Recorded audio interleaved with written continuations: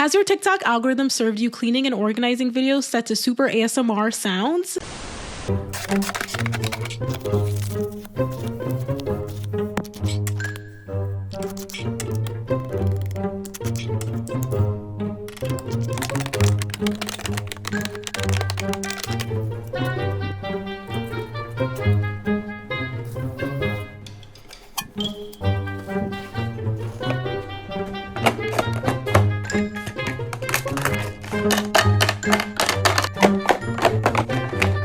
Well, that means that you successfully stumbled upon Cleantok and its sister niche, Restock and Organized Talk. So-called Cleantok emerged during the height of the pandemic, where people were all stuck in their houses, and restocking and organizing content followed closely behind. With celebrities like the Kardashians working with the luxury organizing company, The Home Edit, who meticulously organized the homes of the rich, the aesthetic organizing obsession only grew. While these cleaning and organizing videos are super aesthetically pleasing to watch, there's more to it than meets the eye. And there might be something really dirty about this performance of cleanliness.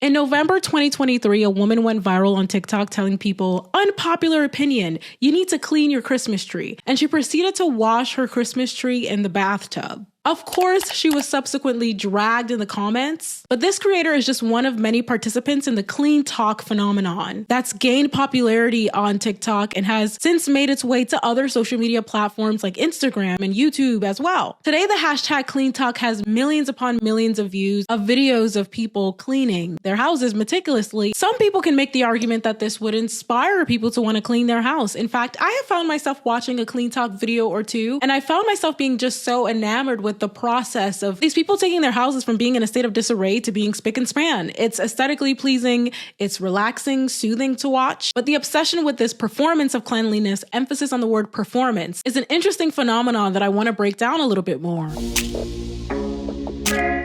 Why exactly do we like to watch content like this? Our brains like order, says psychologist Christy Phillips. The problem for me with this content is, while it is glamorous and really aesthetically pleasing, realistically, most people do not have time to clean their houses to the magnitude that these creators do and make it look super aesthetic. Most of us are working 40 hours at least a week, and some of us are even working 2-3 jobs. Those of us who are neurodivergent know that our executive dysfunction be dysfunctioning, okay? Nor do they have the money and resources to hoard countless cleaning products. These cleaning videos serve more as a performance than anything, as a means to promote products than anything. More often than not, these Cleantok videos are an opportunity to have product placement. A lot of these Cleantok influencers are using the same products, like the Scrub Daddy or the Scrub Mommy or the pink stuff spray bottles. In fact, it's widely believed that Cleantok specifically emerged just as a means of promoting Scrub Daddy products. In some cases, Cleantok influencers are outright in saying that this is a sponsored post and they're working with whatever cleaning brand. In other cases, they gatekeep the links to the actual products that they use and insist that you check out the link in their bios in order to purchase said product. And more likely than not, it's an Amazon storefront link where the creator makes a commission each time that you buy the product. So oftentimes they don't want to say outright what the products are that they're using in the videos and instead direct you to their bios so that they can make that commission, which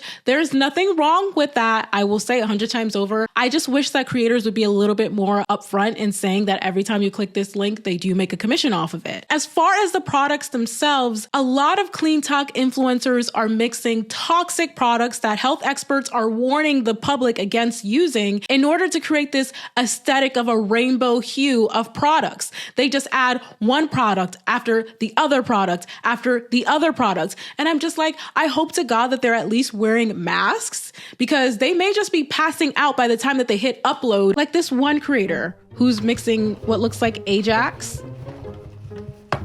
Okay, and then she's going in with, I think, what is that? OxyClean? I don't know. Just one after the other. Oh, you thought she was done? Okay. We got green, blue, purple, indigo, aqua, red. It just never stops. Oh, yellow. We're still not done. Purple. Why on earth? Oh, more blue, more blue. Red or pink. What is the reason? What is the reason other than for aesthetics? We are literally mixing and wasting the amount of waste. The amount of waste that is being displayed in this TikTok is driving me. I mean, look at all of those products. For what? All for TikTok. It's insanity. You could literally spread the use of those products to multiple cleaning sessions, but all of those products were wasted for who? For TikTok, for people's enjoyment, for their entertainment. I don't know how entertaining that was to watch though. Medical toxicologists are saying that this is extremely dangerous. Dr. Kelly Johnson Arbor, a medical toxologist at the National Capital Poison Center, says that she often gets many calls daily about adverse reactions to mixing chemicals in similar manners. And Carolyn Forte, the executive director of the Good Housekeeping Institute's Home Care and Cleaning Lab, says flushing excessive amounts of mixed cleaners down the drain or toilet can damage surfaces and clog plumbing. Some of these videos show thick sledges of mixed products that can easily settle in, clog pipes, and cause blockages. We are literally at a point in our humanity where people are breathing in toxic chemicals, spraying toxic chemicals all over their house, all in the name of aesthetics, all in the name of TikTok views and likes and validation.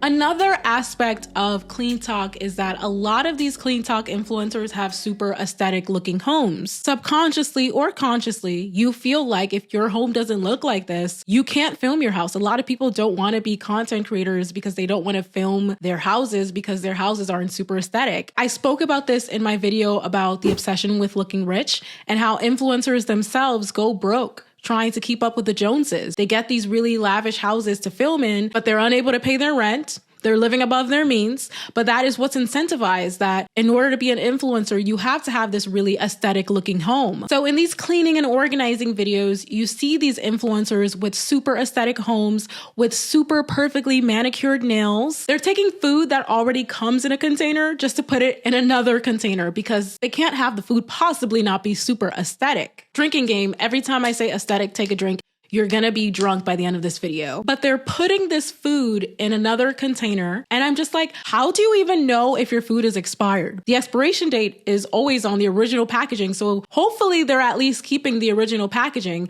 but it's just not smart to take food out of a container to put it in another container. Stacks and stacks of containers, all with super aesthetic labels, a refrigerator where everything looks positioned perfectly, fancy machines that make your house look more like a store than a home. What are we doing? Jenna Drenton, an associate professor of marketing at Loyola University in Chicago, refers to this as quote unquote pantry corn with a P. I can't say it on YouTube. She says that this phenomenon is yet another status symbol for the rich. She says online pantry corn with a P sets the aspirational standard for being an ideal mom, ideal wife, and ideal woman. I want it to be clear because many of you probably don't know the ins and outs of being a creator, but because these creators are doing this as a job, this is their profession, and their specific niche is being a Cleantok, organized, Restock talk influencer, they are able to write off all of these purchases on their taxes. They can write it off of their taxes because it's necessary for them to do their jobs. But you, on the other hand, if you go out and buy all of these products, these organizing products, you're paying with that out of your own pocket. This is their job.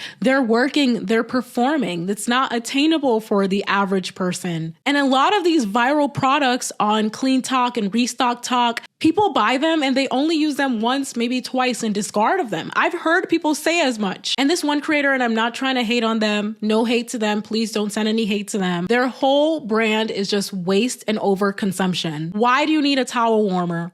Why? Do you really in any real world need to have a warm towel hit your body after you just got out of a warm shower?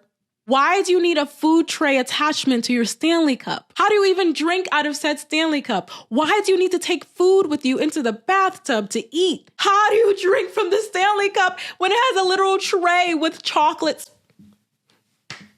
The amount of waste is insane to me. This creator was dragged for going to hotel rooms and proceeding to clean it from top to bottom, spraying all of these toxic chemicals all over the furniture like it's her house. Again, no hate to this creator. Someone else is going to have to stay in this hotel room and breathe in all of these toxic fumes. And that's just so inconsiderate. It's one thing to do that in your own home, but to be going to a public space and you're spraying toxic chemicals all over the furniture, it's just on another level. It's on another level of waste. It's actually exhausting the amount of overconsumption that TikTok promotes and encourages, because that's the kind of content that the algorithm pushes. I want to be clear. Organizing is great. When my house is more organized and clean, I feel better.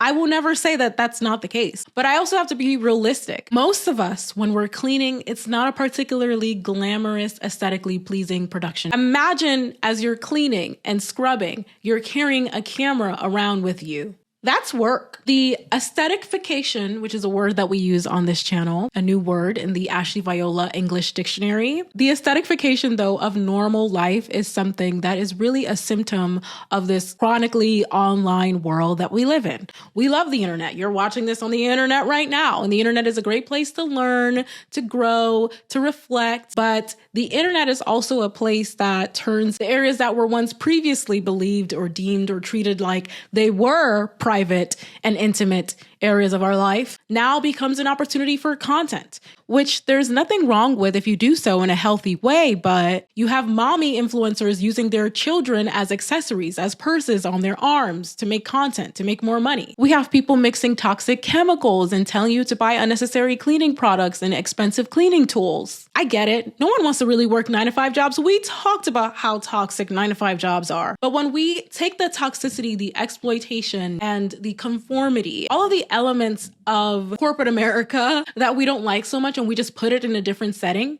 it's still toxic. When a space as private and as unglamorous as a refrigerator has to become an opportunity for a photo op, that you can't allow things to just be, that's a problem. Always having to perform is exhausting, not to mention expensive. There is an element of classism to this Cleantok, organize and restock talk niche. Realistically, who can really afford to buy a collection of customized containers for all of the spices in their house? Who can really afford to buy those organizing devices for your refrigerator? Who could really afford to have a whole soda making machine in their house? Who could really afford to buy a litany of cleaning products that you cannot use in your lifetime? People are struggling. They're getting laid off. We're in the midst of a housing affordability crisis. Just who is supposed to be able to afford all these things? People who have money to blow, that's who. Similarly to the beige moms trend, I do believe that there is this hint of moral superiority. It's like your milk is still in the same carton that it came in. Your eggs are still in the same carton that it came in. Your spices are still in the same spice container that they came in. How tacky. We need to normalize having a normal home. Social media has robbed us of the ability to show our houses in a normal state. There are some women who are rejecting this super aesthetic concept of cleanliness, posting their realistic homes with the hashtag hot mess mom or non-aesthetic mom, which I applaud them for. It's time for us to stop forcing ourselves to perform and allow our houses to be messy or just not be picture perfect at the very least. As writer Rebecca Jennings puts it, this is all likely the result of doing the majority of our socializing via a screen, where the image of something becomes more important than what it actually is or does or how it makes us feel. We were never meant to tour this many people's sterile gray homes or look at this many people's wax deodorized bodies or know exactly how many bottles of Shout someone buys at Target to keep it all sparkling. Doing so has warped our perception of what and whom cleanliness is for, and vastly overestimated how much any of it matters. Cleaning is already tedious enough. Why make it even more so? Organizing is, again, a great thing to do. Cleaning is a great thing to do. But you don't have to break the bank and buy these super high-tech gadgets in order to get your house clean. And you certainly do not need to be hoarding these cleaning solutions in order to make your house clean. Instead, you can reuse old things that you already have around the house, like old shoe boxes and jars. Like you just finished a jar of pasta, save that jar, reuse it to store something. Like for example, I needed a place to store my bobby pins because they were just all over the house. And so instead of going out and buying something new, I just reused this jar that that I already had lying around the house, and voila, my bobby pins now have a place to live. I want to be clear, it's totally okay to buy organizing materials for your house, right? It's okay to buy storage containers and things like that. It's okay to buy hangers. It's okay to organize your life, but do so in moderation. And if there are opportunities to reuse something instead of buying something new, opt to do that instead. You don't need to purchase fancy high-tech cleaning products. A classic broom and mop will do just fine if you're on a budget. You don't need to mix a bunch of toxic chemicals all over your house in order to get it to be clean. You can just buy one multi-surface cleaner to clean your entire house. That's why it's called a multi-surface cleaner. It's an all-in-one. The more you know. If these videos inspire you to get clean and get organized, that's awesome. I'm not going to take that away from you. But all I'm saying is don't feel the pressure to go out and buy a million fancy cleaning products in order to feel satisfied with your house. Your house does not have to look like the Container Store or Target or Walmart. Stores are stores for a reason. Your house is your house for a reason. Cleantok and organized talk, and quite frankly, just a lot of these overconsumption trends on TikTok and across social media promote to you that living a life of excess is the way to convey your financial viability. They show us that the more that you can transform your house into a literal store, the more successful you are. It's all a symptom of capitalism, right? Because as I say a million times over, these trends don't come out of nowhere. They come out of a society that we live in. Capitalism promotes this sense of materialism, this culture of excess. It promotes individual wealth and accumulation over collective well-being. By obsessing over having more and more, we're straining our planet's resources. We're contributing to environmental degradation. It's hurting us all, whether we realize it or not. People like to talk about climate change like it's a thing of the future. It's here right now, and it's affecting you right now. It's affecting your air quality. It's affecting everything about the quality of your life. I absolutely love watching these restocking videos. I think they're just as satisfying as everybody else. But I just wanted to touch on the fact that this is excessive, and there's a lot of waste that's going to be generated from this. And that's a fact. I really don't think there's any way that our planet and our resources can continue to maintain the level of hyperconsumption that's being glorified by TikTok. I've realized that this level of overconsumption is not just bad for the planet, it's actually bad for us as people. A lot of us watch videos like this from our favorite larger creators, and we start to internalize this idea that in order to be successful or to have made it, you have to have this level of stuff. And I feel like that leads to us feeling inadequate and like we'll never reach this destination that we're trying to get to because it's not realistic. For example, I'm 28 years old. I've been out living on my own in the real world for a decade now. And this is the first time in my life I've felt somewhat financially stable. What I'm trying to communicate is that I have more than I could ever ask for. All of my needs, for the most part, are met. And there's a lot of other people in my position. Our needs are met, and yet we still feel like we don't have enough because this idea of making it in the United States really is having more than your neighbor, having more than you need. And the content that performs well on this platform kind of reiterates that.